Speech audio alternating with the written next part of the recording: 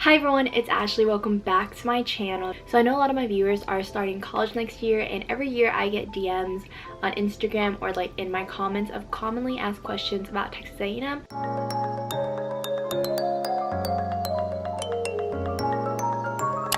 So if you guys are entering A&M this upcoming fall, congratulations on getting into A&M, and I hope to see you guys around campus because we are in person next semester. I get a lot of the same questions on Instagram, so I thought why not just make a whole video about it, answer all the questions on here, so there's like one spot for all the asked questions. And if you guys have any other questions you guys would like to ask me, of course my DMs are always open, or just leave it in the comments. I see every comment. So without further ado, let's get started onto this Q&A.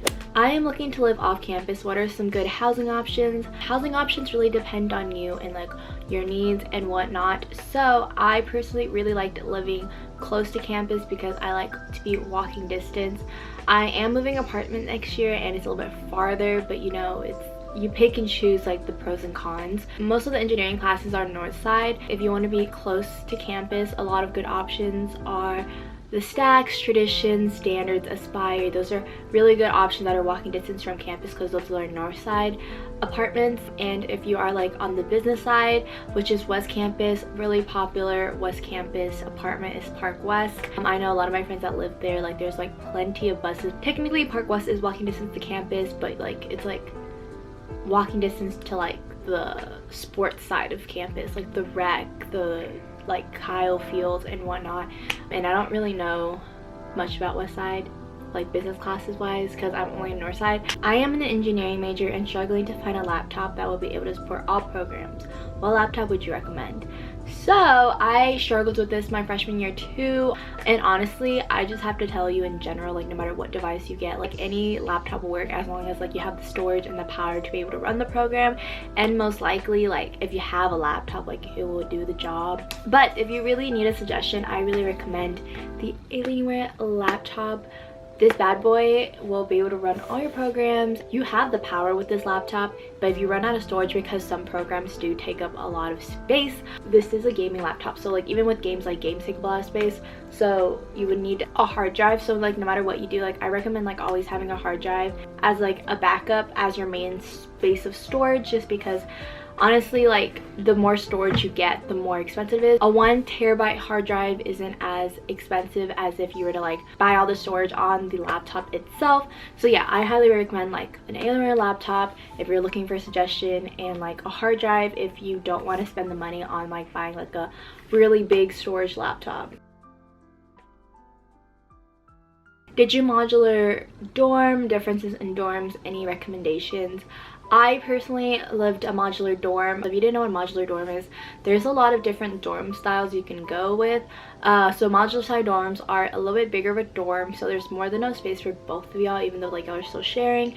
You get a lot of closet space, and then you also only have to share bathrooms with your roommate, so just you and your roommate, and your bathroom's like inside your dorm. I also did a tour of my dorm freshman year, and it was the Underwood dorm. It was a modular style dorm. It was South Side, and it was an all-girls dorm. There are also co-ed dorms and all-male dorms if you're looking for that for modular. But if you live in the Commons, I know for a fact they're a lot smaller of a dorm. They're like your typical like dorm size, but you also have to share bathrooms. You have suite mates. It's like a Jack and Jill bathroom, so you have to share with your suite mates.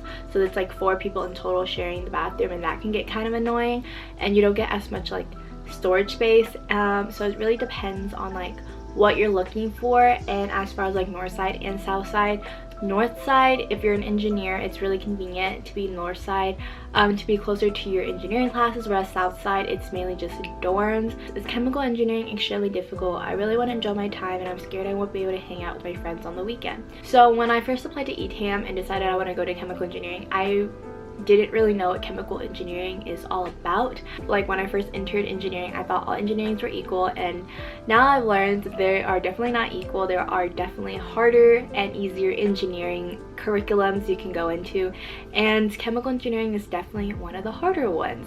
Honestly, it's pretty hard, but it's definitely doable. I don't think I'm the smartest person out there. I definitely think my classmates are really smart, and sometimes, not sometimes, all the time, I have imposter syndrome. Chemical engineering is a pretty small department compared to like other engineering departments, like chemical engineering's pretty much like on the smaller end. They're pretty selective, whereas like mechanical engineering, like their department is a lot bigger, so you're more likely to like know or like see a lot of the same classmates in all your classes. Like even if you don't know them personally, like you probably have seen them in like a group chat or something that y'all have been in the same classes. But at the end of the day, you just have to like pick and choose like what you want. If you want to enjoy yourself in college. You're only at this age once. Like have fun with your friends, like go out, like work hard, play hard, you know. That means a slightly lower grade, that's fine with me. Like I'm still having fun, whereas like a classmate where like they'll work really hard and not enjoy life, is it really like worth like that higher GPA? Because at the end of the day, when I've talked to recruiters and whatnot, they're more likely to like go for the person that's more outgoing and social, and it's not really based on GPA. There's time for everything if you can time management. I think a really good schedule is like study really hard like Sunday through Thursday, and then like have fun Friday, Saturday, and then if there's also exams that you have to really study for, like designate like Friday, Saturday, or like a half day Friday, Saturday. Like grind hard, play hard. Like there's time if you make time for it, and you just pick and choose your battles of like what you want to do. Is there any organizations for Asians there? I'm kind of nervous because of the demographic of College Station. There are plenty of Asian orgs. If you go to open house, I think it's like during Howdy Week or like within like the first 2 weeks of school, and all the orgs are there. They're trying to get new recruits, and honestly there's so many clubs. You're bound to find one that is the one that you're looking for. There's literally a club for everything, so you just gotta find the club. But as far as like Asian specific orgs, there are a bunch of Asian orgs. That doesn't mean you have to be Asian to join them. There's Asian Greek, there's like FSA, VSA if you don't want to do Greek. Like there's a lot of options, but those are just like really popular options. Any advice on scholarships? Apply to outside scholarships outside of A&M, but don't go for like the big scholarships. Go for your local ones. Go for the ones that are in your state. Go for the ones that are like near you, because you're most likely able to land those, because the pool is a lot smaller than if you were to go for like a really big scholarship. So I recommend doing that. And then after your freshman year, you're able to apply for more scholarships from A&M. Those scholarships aren't as big, but money is money and everything helps. So those are all the questions that I received and am answering today. If you guys have any other questions you guys want me to answer, leave them down in the bio or shoot me a DM, and then if I keep getting a lot of the same questions again, I will do another video like this. So I hope you guys enjoyed this video, and I'll talk to you guys in the next video. Bye guys.